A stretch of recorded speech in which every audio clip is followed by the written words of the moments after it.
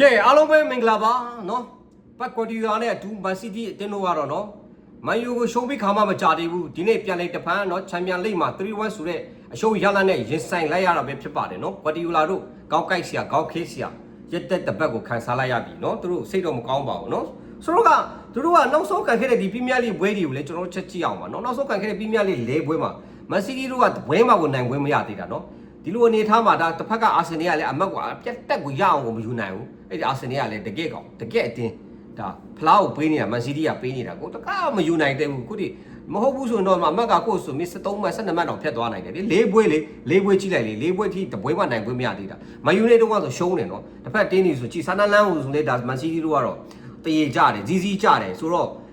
တစ်ဖက်ကချီစီနဲ့လေ1-1ကြတယ်ဒါသူတို့အိမ်ခွင်းမှာနော်1-1ကြတယ်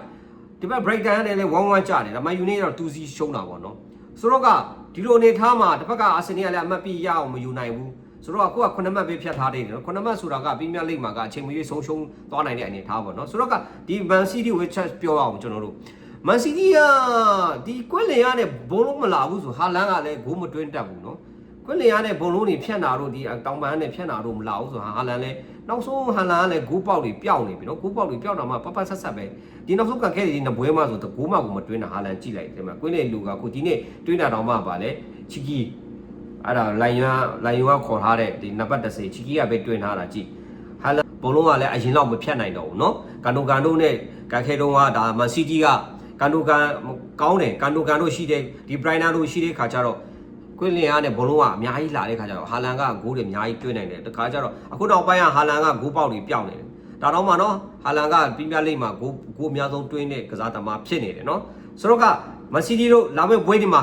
ဘလူတွေရှက်ဆက်သွားမလဲနော်ပရီးမီးယားလိမှာတော့ဘွဲချောင်းတယ်လာမယ့်ဘွဲမှာတော့ဝူးနဲ့တွေ့မှာနော်ဆိုတော့ဝူးနဲ့တွေ့ပြီးဒါကလာတာဆင်းနဲ့ချန်ပီယံလိမှာပြန်ပြီးထပ်ပြီးတွေ့မယ်အဲ့ဒီဘွဲပြီးလို့ရှိရင်တော့ဒါစပါနဲ့နော်အဝေးကွင်းမှာစပါကွင်းမှာတွားကန်ရမယ်နော်ဆိုတော့ကမန်စီးတီးတို့ကဲစပါနဲ့ဘွဲမှာအမှတ်ပြယူနိုင်မလားဒါဝူးနဲ့ဘွဲမှာအမှတ်ပြယူနိုင်မလားဝူးတော့တိတ်ချပါတယ်နိုင်မှာပါဆိုတော့ကအဲ့ဒါဒီပြီးရင် FA ဒီကန်ရမယ်နော် FA ကနယူကာဆယ်ကိုကန်ရမယ်ဆိုတော့ကဒါမန်စီးတီးတို့အတွက်ရှေ့လာမဲ့ဘွဲဒီမှာနော်ဒီအမားတွေကိုပြင်ဆင်ပြီးမှနော်အကောင်းမှုဆုံးဒါလူစင်းနေနဲ့ထွက်လာနိုင်ပါစေလို့ပဲကျွန်တော်တို့ကတော့မျှော်လင့်နေနော်ကိုယ့်ရဲ့ပြန်ဖက်တင်းဆိုပဲမဲ့နော်ဒါကွာတီယူလာကိုကြိုက်တာဟုတ်ကျွန်တော်တို့ကကွာတီယူလာရင်တော့ဘာစီလိုနာမှာကန်ခဲ့ကြတဲ့ကပတ်ကွာတီယူလာရဲ့ fan လေဒါမက်ဆီတို့နဲ့ကက်ဇာအာနီယာစတာဇာဗီတို့နဲ့အတူတူဒါသူကိုင်တွေခဲစင်တော့ကတော့ရကောင်းခဲ့တာဟုတ်အချိန်တည်းကကွာတီယူလာကိုတဘောကြရဲဆိုတာကိုမန်စီးတီးမှာကန်တဲ့ခါကျတော့လေဒါကောင်းပါတယ်မစိုးပါဘူးဆိုတော့ဒီနေ့မှာပဲတော်တော်လေးအချိန်ကြီးစိုးနေတာပေါ့နော်မန်စီးတီးကနော်ဆိုတော့ကကဲရှင်းလာမယ့်ဘွဲဒီမှာမန်စီးတီးဘလူးရလက်တွေနဲ့ပြန်လာနိုင်မလဲဆိုတာကျွန်တော်တို့ဆက်လက်စောင့်မျှော်ကြရအောင်ပါ